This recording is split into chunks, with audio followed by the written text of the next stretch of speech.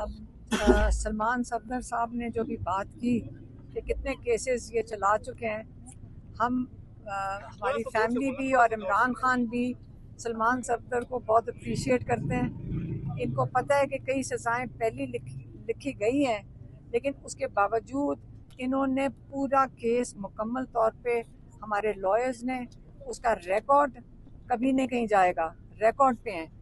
और जैसे मेरा ख्याल है, ये इमरान खान का मैसेज नहीं है, वैसे हम बता दें कि शुरू से इनका ख्याल था कि क्योंकि पहले दिन से मैसेजेस आना शुरू हुए थे कि आप मुल्क छोड़ के चले जाएं, आप चुप करके बैठ जाएं, केसेस ख़त्म कर देंगे। 300 केसेस बना दिए।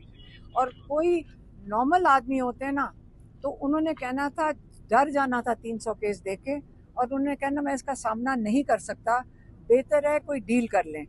इमरान खान ने कहा था शुरू से कि मैं अपने सारे केसेस का सामना करूंगा क्योंकि मैं बेगुनाह हूँ, और मैं इसलिए इन केसेस का सामना करूंगा।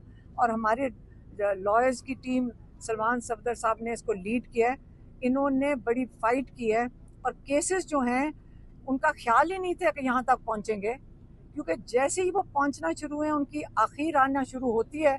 और सलमान सफदर साहब ने ये, क्योंकि ये अभी केस चल रहा है तो ये शायद लॉयर्स नहीं कर सकते, मैं आपको बता देती हूँ कि जेल के ट्रायल के अंदर एक विटनेस झूठा साबित हुआ है।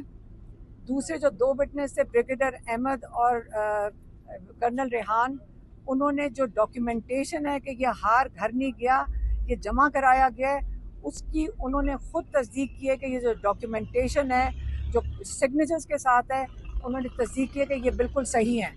और आज जो वो क्या कहते हैं, इन्वेस्टिगेशन ऑफिसर्स की भी जो इन्वेस्टिगेशन, उनकी भी जो उनकी क्रॉस एग्जामिनेशन हो रही थी, उसमें भी प्रोसिक्यूशन के विटनेसेस से ये केस बहुत ज़बरदस्त तरीके से रिकॉर्ड पे आकर हमें पता है तसल्ली से कि ये ख़त्म हो चुका है।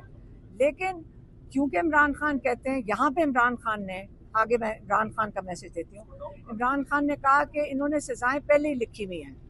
इनको ये भी पता है कि 10 महीने 9 महीने से ये जो जब से चीफ जस्टिस 26वीं तरमीम के बाद हाई कोर्ट के, इस्लामाबाद हाई कोर्ट के लाए गए, इन्होंने एक चीज़ पे बड़ी मेहनत की है कि इमरान खान का केस डेट्स देने के बावजूद, इन्होंने कई दफ़ा डेट्स दी, और आप कई हमारे जो जो सहाफ़ी हैं ये भी उधर मौजूद होते थे, और कई वजूहात की वजह से उन्होंने ये डेट बार बार कैंसिल की। कभी प्रोसिक्यूशन नहीं थी, कभी जज की तबीयत ख़राब थी, या सब ने खुद देखा था, जबकि सारे लेजिस्लेचर्स भी उधर मौजूद होते थे।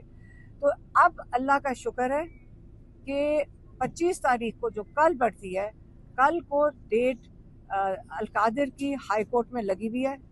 और जैसे सलमान सफदर साहब ने कई दफ़ा कहा है कि ये तो एक दिन में फ़ौरन बेल हो जानी चाहिए, ख़ास तौर पर बुशरा बीबी की, क्योंकि वो खातून है, और वो इसमें सिर्फ क्या है, एडिंग एंड अबेटिंग है। तो जो जिसके लिए उनको ये मज़ीद 10 महीने जेल नहीं बैठना चाहिए था।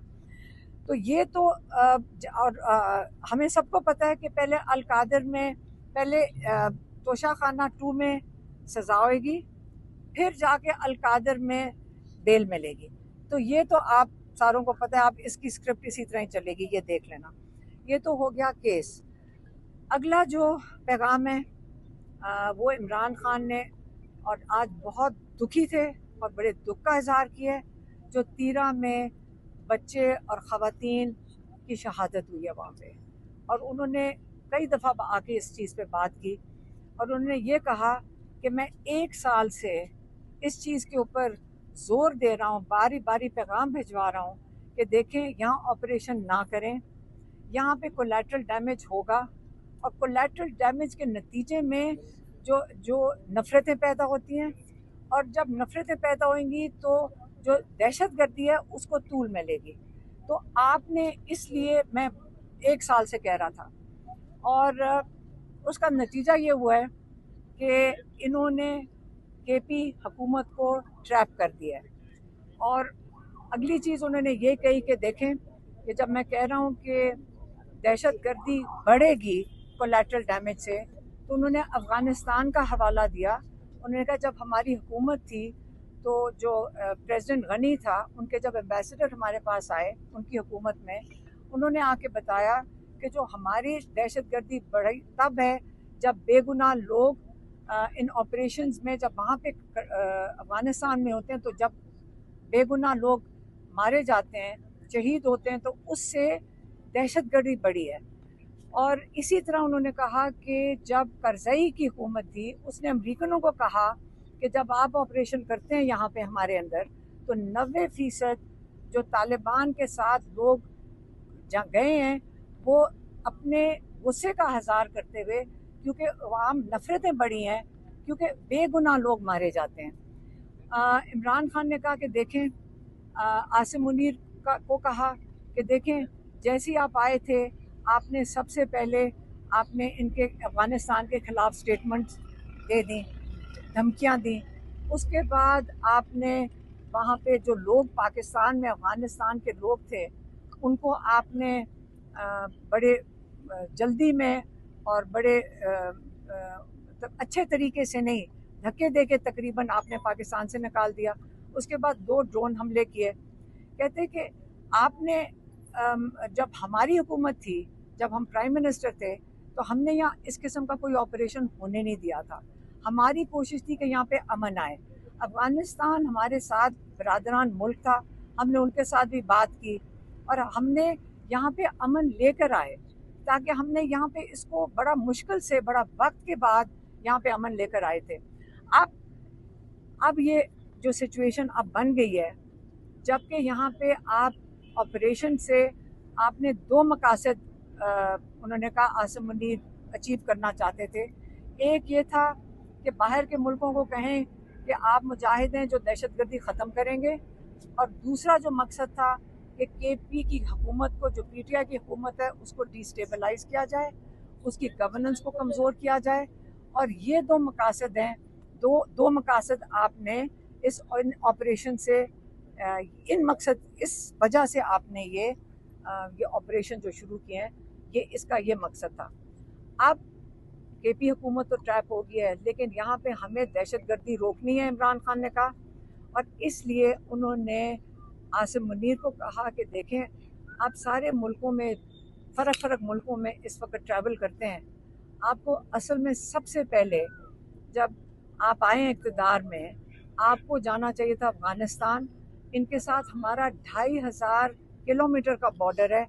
हमें वहाँ जाकर आपने, इस वक्त अगर आपको दहशतगर्दी के खदशात थे, उनके साथ बैठना चाहिए था। और इमरान खान ने फिर से कहा है कि 4 लोगों की ज़रूरत, 4 इसमें ज़रूरियात हैं अमन के लिए। एक पाकिस्तान की हुकूमत, एक अफ़गानिस्तान की हुकूमत, एक अफ़गानिस्तान के लोग और एक मुकामी लोग, इस इलाके के मुकामी लोग। इन सब को मिलकर अमन लाना होगा। और अमन के लिए अभी मैं वो कह रहे हैं कि आसिम मुनीर वहाँ जाएं, अफ़गान हुकूमत के साथ बैठें, वो हमारे मुस्लिम बरादर मुल्क हैं, उनके साथ बैठें, अपनी हुकूमतें दोनों साथ बैठें, और आप वहाँ पे ऑपरेशन बंद करके यहाँ पे मिलकर आप इस इलाके में अमन लेकर आएँ। और ये इमरान खान का मैसेज था, आखिरी जो उनकी रिक्वेस्ट थी कि यहाँ अमन के लिए काम करना है।